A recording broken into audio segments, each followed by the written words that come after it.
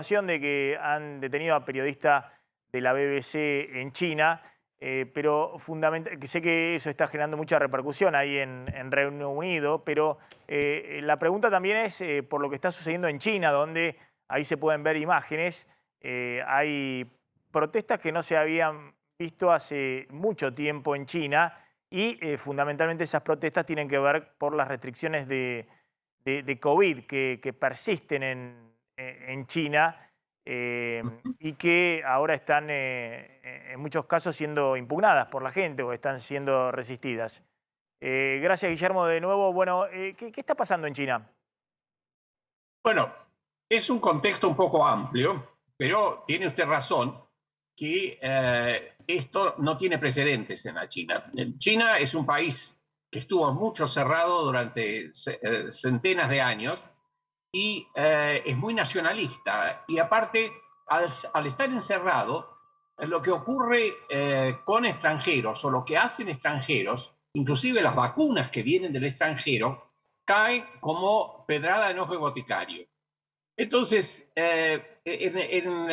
hay encima de todo esto una política de encerrar a todo el mundo por el COVID. Y hay mucho temor al COVID.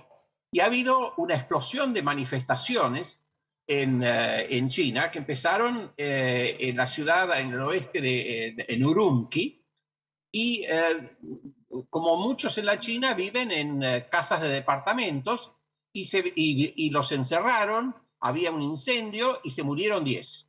Entonces eso llevó a una serie de protestas y estas protestas, tiene usted razón, han escalado y no tienen precedentes. Entonces hasta está diciéndose en la China misma, es decir, no expertos en el extranjero, sino en China misma, están pidiendo la renuncia de Xi Jinping y que desaparezca el Partido Comunista Chino. Es decir, nada de todo esto tiene precedentes.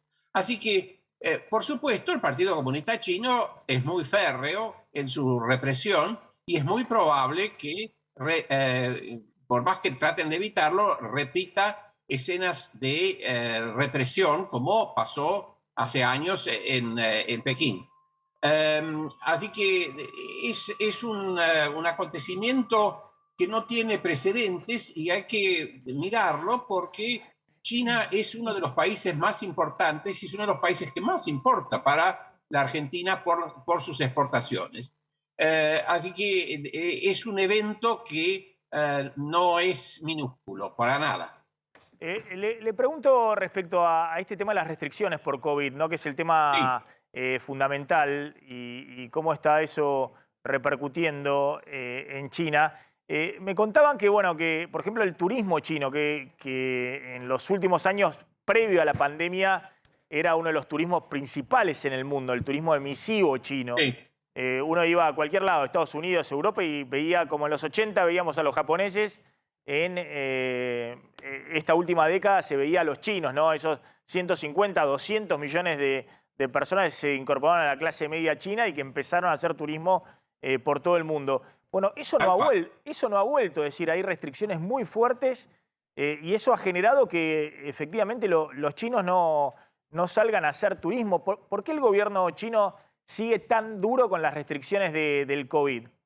Bueno, para empezar, es cierto que la política esta salvó miles, probablemente millones de vidas, pero al mismo tiempo ha generado muchas restricciones que repercuten muy negativamente, que causan muertes y toda clase de problemas. Y es cierto también que los chinos han desaparecido del mundo. Acá en Cambridge, donde yo vivo, me decía en la feria, uno de los feriantes que vendía fruta, que hasta pusieron carteles chinos porque no toquen, porque los chinos venían y tocaban Claro. todo. Y los extrañamos, porque claro, los tipos venían y compraban de todo. Y ahora han desaparecido, no ahora, hace 3 años que han Sí, desaparecido. sí, desde la pandemia, desde la pandemia. En efecto, sí.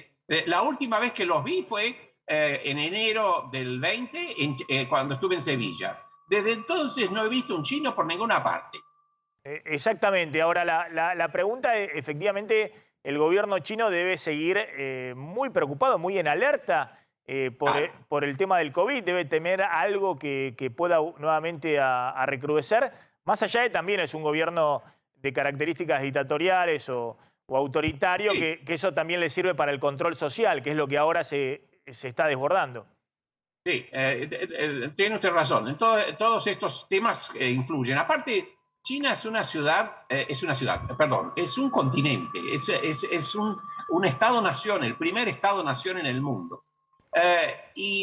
Como decía mi maestro politólogo Guillermo Bonnell, cuando un régimen es represivo, es como de cristal, es duro, pero cuando se le tira una piedra se rompe. Mm. Entonces, la pregunta es, ¿esto se está rompiendo? Bueno, hay que seguirlo muy, muy atentamente porque hace mucho tiempo, ¿no? Desde la Plaza Tiananmen no se veían este tipo de protestas masivas, que obviamente hoy también están amplificadas por todo el tema de las redes sociales, Ah, internet, los eh, videos y demás, ¿no? Y además fue muy afectado China por la idea de que ahí se originó el virus o que fue el primer lugar donde fue detectado. Entonces esa mirada a nivel mundial también es algo que quiere contrarrestar. sí, pero ahora está medio olvidado el tema del origen de la China, el origen de la peste, digo.